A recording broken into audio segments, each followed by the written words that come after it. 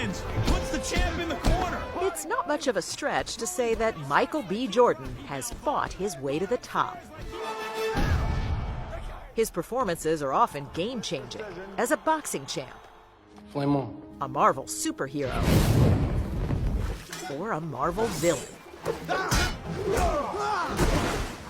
But his latest film required a different kind of superpower. It's gotta be tonight. In Ryan Coogler's Sinners, Jordan plays twin brothers, Stack and Smoke, who open a backwoods honky-tonk in the segregated South. Not goodness. I got 500 more bottles just like that. Ice cold. Say we pay you $40 a night and all the beer that you can drink. After that, no strings. You act now, I even let you finish that bottle in your hand.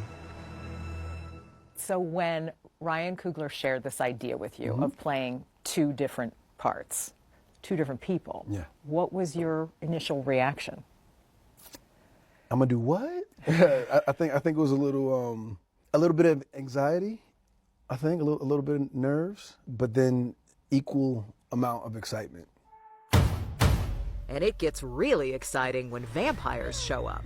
Yeah, Sinners is a horror film, but it's also about history and the power of family ties. That ain't your brother. Love you. Love you too. Be careful. I will. To play characters from the Jim Crow South, Jordan drew a bit from his own family history.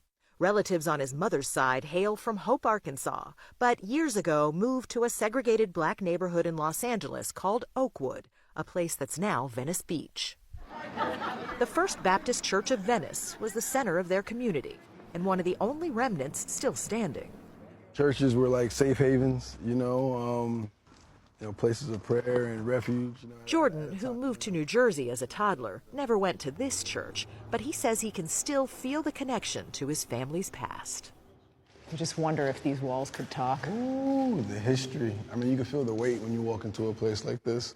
Did you grow up in church? I did. I grew up in church, very spiritual family. Did shooting Sinners make you think about your own family history more? Big time, big time. It definitely connected me back to my family's history that I've always had a strong connection with, but it just kind of reframed it a bit. His own history is remarkable as well.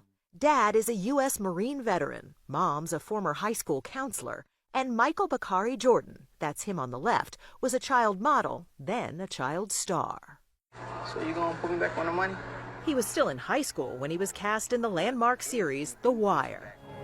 How you doing, son? And a few years later, another landmark show, Friday Night Lights. You like to hit? Hit what? People. Yeah, I like that. There's nobody in my family that came from this, I guess that looked at it as a potential career. I think once I didn't go to college and I decided to move to California and pursue acting full time, there was no turning back after that one. His film breakout came in 2013 in director Ryan Coogler's drama Fruitvale Station. You're safe inside with your cousins. What about you, Daddy? Me? Maybe I'm gonna be fine. Jordan worked with Coogler again a few years later when he climbed into the ring for 2015's Creed, a spin-off of the Rocky franchise. And by the way, the first Rocky film where Sylvester Stallone didn't have top billing. Build, go!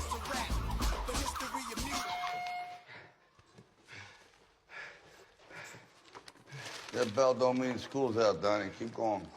Doing Creed, so many different levels. The first time I transformed my body, learned a skill that I continue to do today, And You still box? Yeah, it's a part of me at this point.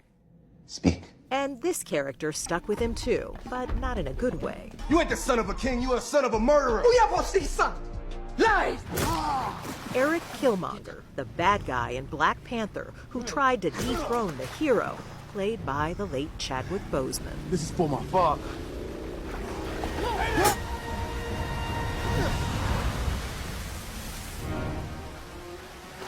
Nah, I'm your king.